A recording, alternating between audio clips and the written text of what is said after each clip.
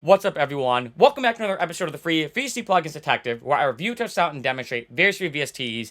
And you're about to gain a great plugin, because this is a free Gain VST plugins. Anyway, so this is the Blue Cat Gain 3. My rating is going to be a 3 out of 5. And you may be saying, okay, well, why are you reviewing a Gain plugin, right? In case you don't know, this could be a tomato perspective, but think of it like a volume automation plugin, right? So I have my track 5 o'clock. Sounds like this. So like if I want to automate the volume, I can turn it down, or I can turn it up, but obviously I'm not going to turn it up because that would hurt your ears. Now you may be saying, well, why would you review it? Like I can just use the volume here. Huge thing. Because there's a couple of things when I started learning music production and making music that I was like, okay, looking back, I wish someone said this to me. Like, don't do this or do this. One of my biggest pro tips is if you ever want to automate volume or gain, never ever use this. Ever. And I know it may be weird because a lot of beginning producers, you see this. You go to show automation. Like say I want to fade out after the first, few bars. They do that. And then you click here. And then slowly fades out, right? So you may be saying, especially if you just started producing, like, wait, why wouldn't I do that? The reason why is at the end of your production kind of process, when you start mixing and mastering, specifically in the mixing stage, let's say I want this to fade out, but I'm like, you know what? That beginning hit, a little too loud. I'm just going to turn down the whole thing. Or let's say this plays normally, right? And then I want to fade down a little bit later, so I'm going to do something like this. Plays at full volume.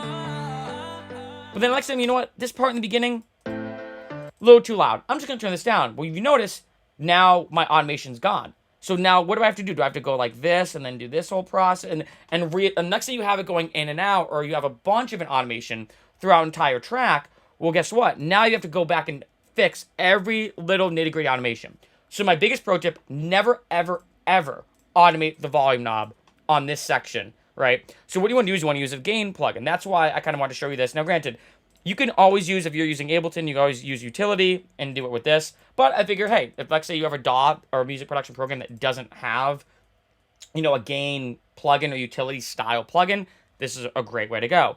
So there's basically 3 different parts of this plugin. I have basically the dual, the mono, and the stereo. So obviously mono and stereo, obviously mono for mono, stereo for stereo. I know nothing mind-blowing there. So this is the dual one. Again, so let's say if I want to automate it, I'm going to show you. All I'm going to do is go to Gain.